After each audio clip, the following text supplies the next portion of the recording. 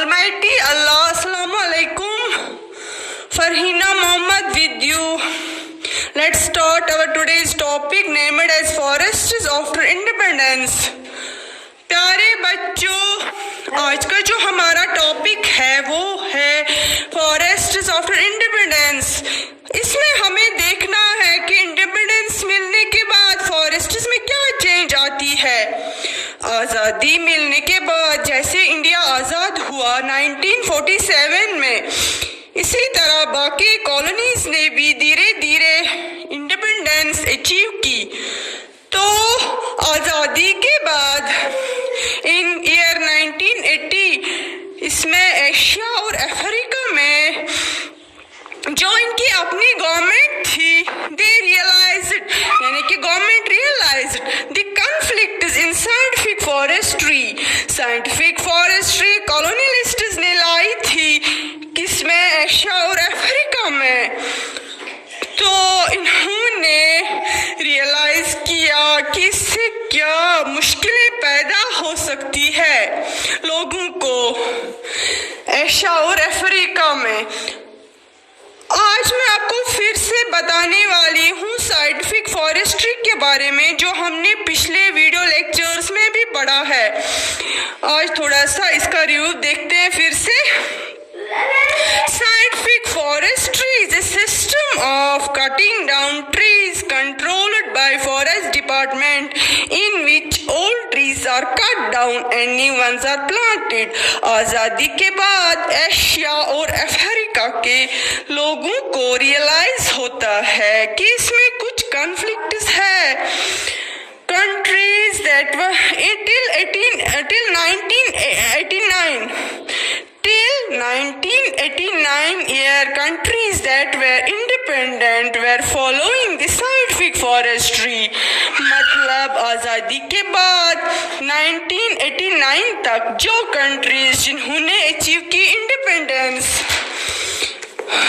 From colonialism, वो ये scientific forestry follow करते थे। मगर अब इन्हें रियलाइज हो गया कि इसमें क्या कॉन्फ्लिक्ट्स है। इन्हें समझ में आ गया कि साइंटिफिक फॉरेस्ट्री के नाम पे कंजर्वेशन तो हो रही है, मगर जो ट्राइबल कम्युनिटीज है इन लोगों को परेशानियां होती है और कंजर्वेशन भी उस तरीके से नहीं हो रही है जिस तरीके से होनी चाहिए थी।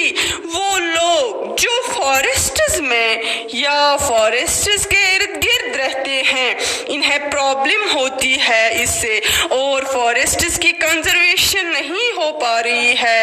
दे यानी government of Asia and Africa, they also realized that we are doing less conservation and collecting more timber. इन्हें रियलाइज हो गया कि इससे कंजर्वेशन लेस होती है और ज़्यादा से ज़्यादा टिम्बर हासिल होता है और कुछ भी नहीं हासिल होता है। अब इन गवर्नमेंट का मेन मकसद क्या था, कंजर्वेशन ऑफ फॉरेस्ट्स, ना कि कलेक्टिंग टिम्बर, जो कि कॉलोनियलिस्ट्स कर रहे थे अपने फ़ायदे के लिए। कॉलोनियलिस्ट्स फॉरेस्ट से बस फ़ायदा हासिल करना चाहते थे, देख रेख नहीं। अब ये जो गवर्नमेंट थी आफ्टर इंडिपेंडेंस, ये चाहते थे कि इनकी जो फॉरेस्ट्स है वो कंजर्व हो जाए, इनकी रखवाली अब ये करना चाहते थे, इनका बचाव करना चाहते थे। Now for conservation government realized that people who live near the forests must be included in conservation, और इसके लिए गवर्नमेंट ने ये स्टेप उठाया कि जो लोग फॉरेस्ट के इर्द गिर्द रहते हैं वो इन्हें मदद कर सकते हैं इन फॉरेस्ट कंजर्वेशन, क्योंकि इन लोगों की जिंदगी फॉरेस्ट रिसोर्सेज पर डिपेंडेंट है, तो वो फॉरेस्ट्स को नुकसान नहीं पहुंचाने देंगे।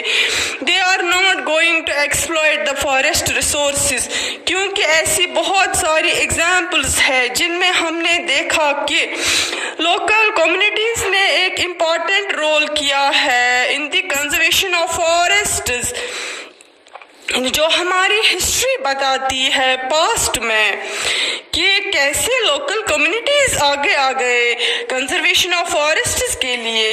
लाइक हमारी रिसेंट एग्जाम्पल है इंडिया में. अगर हम देखेंगे चिपको मूवमेंट, चिपको मूवमेंट की बात करेंगे, जिस मूवमेंट में लोगों ने पेड़ों को गले लगाकर चिपक कर काटने से बचाया. इसी तरह पूरे हिंदुस्तान में मिजोरम से लेकर केरला तक जो डेंस फॉरेस्ट है लोगों ने प्रोटेक्ट किए by giving them sacred importance. In forests की वो पूजा करते थे. लाइक इंडिया में बहुत सारे लोग फॉरेस्ट्स के आसपास रहते हैं, उनको प्रोटेक्ट करते हैं by giving them sacred importance. Forests की वो पूजा करते थे. लाइक सरनास वरकुद्दू, ये दो कम्युनिटीज है ट्राइबल कम्युनिटीज के नाम जो फॉरेस्ट्स की पूजा करते थे. इसी तरह हिंदू कम्युनिटी के लोग तुलसी का पेड़ भी घर में रखते थे, उसका और इसकी पूजा करते थे. इसी तरह से लोग प्रोटेक्शन करते थे फॉर देयर ओन फॉरेस्ट्स. कुछ लोग अपने इर्द गिर्द फॉरेस्ट्स की रखवाली भी खुद करते थे. ये लोग खुद जंगलों की निगरानी करते थे. So due to all these reasons, government realized that for the conservation of forests, we have to take the help of local community.